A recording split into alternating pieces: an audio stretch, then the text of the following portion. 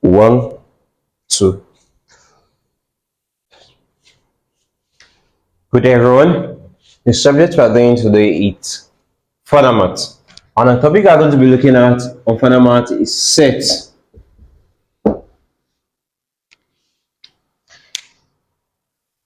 A set can be defined as a well-defined collection of a discrete object or an element.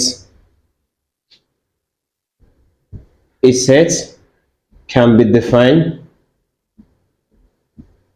as a well-defined collection of a discrete object or an element. For example, a collection of books in a public library is a set. A collection of your dresses and your clothes in your wardrobe is a set. That's also called a set. A collection of various or different subject books or textbook in your school bag is also called what? A set. You just have to sit down and think like, is this a collection of an item or what? Objects or maybe a what? An element. A collection of cars in your garage is also called what? A set. An element now. An element can be numbers, letters, even other sets as well. Just like we said here, a set can be defined as a well-defined collection. A well-defined collection. What do you understand by this term? This phrase, a well-defined what? Collection. For we to have a set, the members in which we known as elements, all members of a set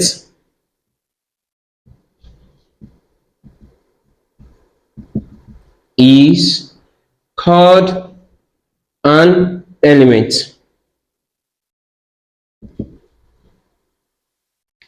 For we to have a set, each element in a specific set have to have these characteristics for them to come together and for we to classify this is a set. Now let's take an example now. A collection of your school books and textbook. For we to call that a set, the characteristics each of these elements must possess. The first one we call it uniqueness. Each element has to be unique. Take your school books as an example. You might be doing a lot of what subject in your school. Each of them are unique. English is different from mathematics, different from biology, different from physics, different from accounting, different from economics. Each of them must be what? Unique. Although they might be similar in one way or the other, but this uniqueness, each element has to what? Possess this uniqueness. Now, no specific order. No what? Specific order. The way you are going to arrange the books in your bag, you don't have a specific order. You might put English first before mathematics, before social studies, before biology. Or you might decide, let me put biology first. Or let me put Greek first. There's no specific order in the arrangement of elements in a what? A set. And the last one is called membership, in which it is denoted. It is denoted either this or this. It means that an element is either a member of a set or it is not what? A member of what? A set. Okay, we use the example of a collection of your school books and textbook in your bag is what? A set. Physics is a member of that set because physics is part of your what? Your school book.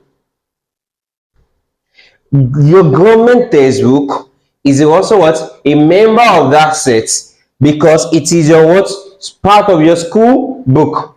So you need to make this element a member of the given set. There are some subjects that is not members of your set.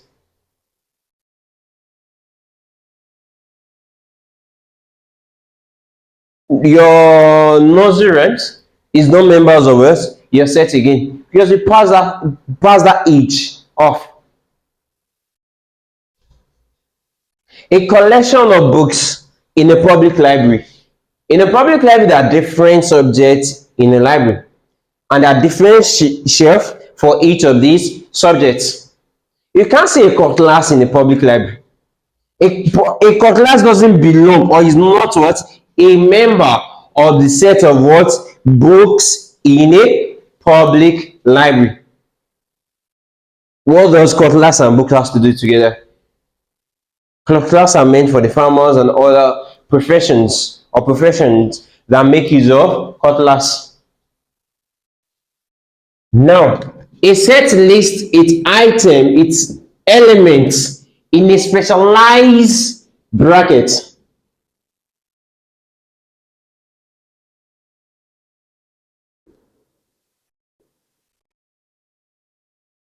Which is called curly braces.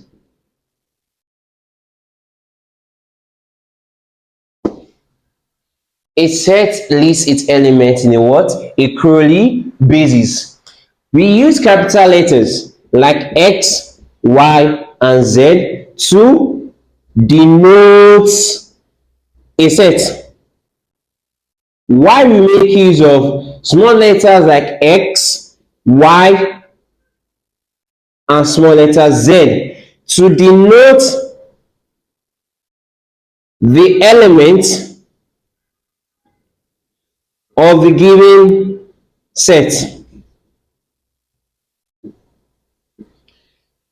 A is a set of positive integers between 1 to 10. A capital letter is representing a set is equal to my curly braces to show that this is what? A set. This represents set A. Now, a positive what? Integers between 1 to 10. 1, 2, 3, 4, 5, 6, 7, 8, 9, 10. These are all elements of set A. Let's continue, please. Now, a little terminologies we have to look here in set is set builder notation. Now, this describe the property in which a set in which an element must satisfy. Okay, again, sorry. Yeah, set builder notation. Now, this describe the property in which each element of a given set must what? Satisfy. For example, AX1. Set A is a positive even integers. For me to write the elements of this set A, it becomes A is equal to X. X is an even number and X has to be an integer as well.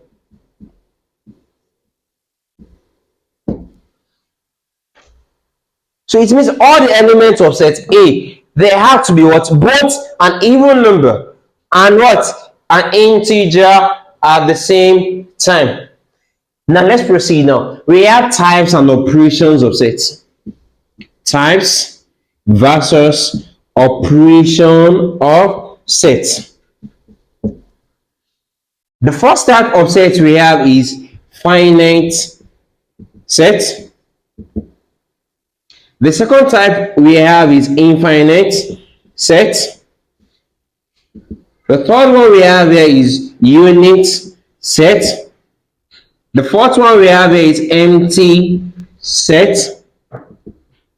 And the fifth one we have here is universal set. Second number of operations we can carry out on sets. The first one we have here is subset, superset, union set, interjection of sets. I have this joint set. I have power set, cardinality of set.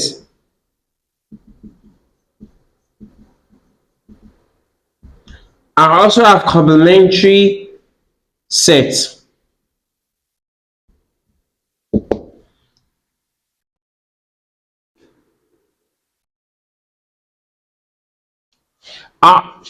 The last one on the list there is set equality. Now we're going to be taking them one after the other and look at them with example. The first one we have here is finite set.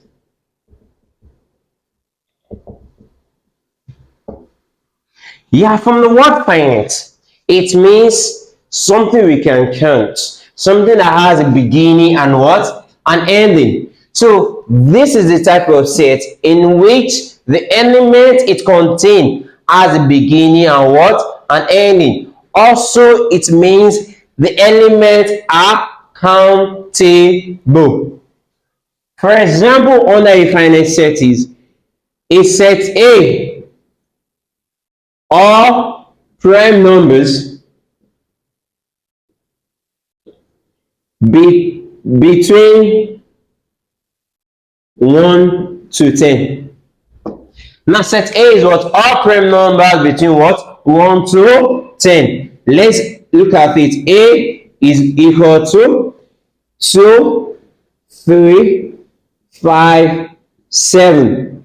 These are all prime numbers what? Between 1 to 10. So this is called what? A finite set. Infinite set, it is the opposite of a finite set. Infinite is a type of set. From the word infinite, it means infinity. In what? Infinity. And infinity doesn't have what? An end. Infinity doesn't have what? An end. So it means infinite set is the type of set in which the element it contains in doesn't have an end. Infinite set. The most practical and reasonable example of infinite set is set B, or positive natural or positive integers. Now, all positive integers, as we all know, number has a beginning, doesn't what? Have an end. B is equal to 1, 2, 3, 4, 5, 6, 7, 8 to infinity. To what? Infinity. It doesn't have what? An end. And the next one is unit set. From the word unit, we got unit from the word uni. And uni means what? One. Unicellular, one cell. Unicycle, one cycle. So uniset means that it has an element. It has only one what? Element. It has only one what? Element. Set C, it has only one element.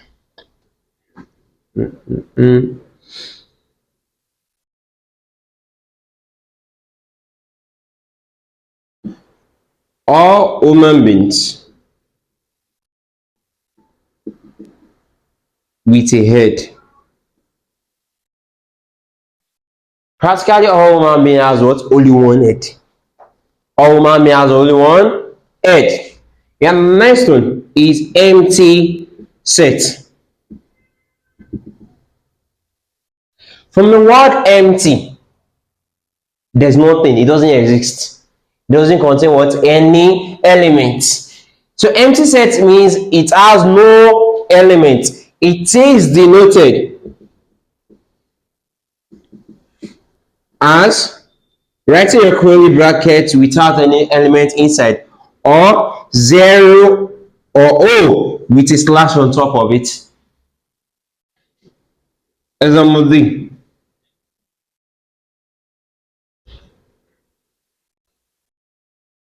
All flying monkeys. We all know that monkeys jump from one tree to another tree. Monkey doesn't have the characteristics of a bird to fly on air. So it means the set is what? Empty.